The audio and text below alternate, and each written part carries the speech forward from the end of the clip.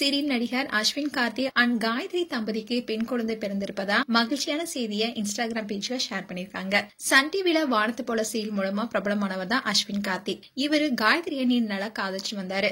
இவங்க யாருன்னா celebrity makeup artist. இவங்க ரெண்டு பேரும் ஆரம்ப காலகட்டத்துல காதலிக்கும் போது அதை வெளிப்படையாவே சோசியல் மீடியால ஷேர் பண்ணியிருந்தாங்க. ரெண்டு பேரும் சேர்ந்து ரீல்ஸும் பல பதிவிட்டு வந்தாங்க. திருமணம் குறித்து கார்த்தி அவருடைய இன்ஸ்டாகிராம் பேஜ்ல ஷேர் பண்ணதோட இருவர் ஒன்றான தருணம் என குறிப்பிட்டு பதிவிட்டிருந்தாரு. இந்நிலைதான் இரு வீட்டார் முன்னிலையில அவங்களுக்கு திருமணமும் சென்னையில் நடந்துச்சு.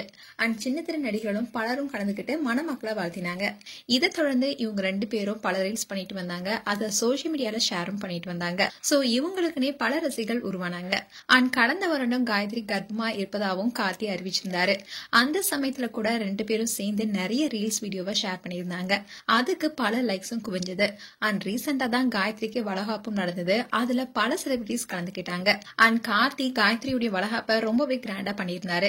இந்த தம்பதி முதல் குழந்தையை எதிர்பார்த்து காத்துட்டு இருந்தாங்க. இந்நிலையில் தான் காயத்ரிக்கு குழந்தை பிறந்திருப்பதாகவும் அந்த குழந்தை பெண் குழந்தை என்பதையும் கார்த்தி அவருடைய இன்ஸ்டாகிராம் பேஜ்ல போட்டோவோட ஷேர் பண்ணிருக்காரு. அந்த போட்டோல குழந்தையோட கையை பிடிச்சிட்டு இருக்க மாதிரி இருக்கு. சோ ரொம்பவே சந்தோஷமா அந்த மகிழ்ச்சியான தருணத்தை போட்டோ மூலியமா அதை ஷேர் பண்ணிருக்காரு. அண்ட் இதை பார்த்த ஃபேன்ஸ் பலரும் அவங்களுக்கு வாழ்த்துக்கள் சொல்லிட்டு வராங்க. அதோட பல செலிபிரிட்டிஸும் இவங்களுக்கு வாழ்த்துக்கள் தெரிவிச்சிட்டு வராங்க.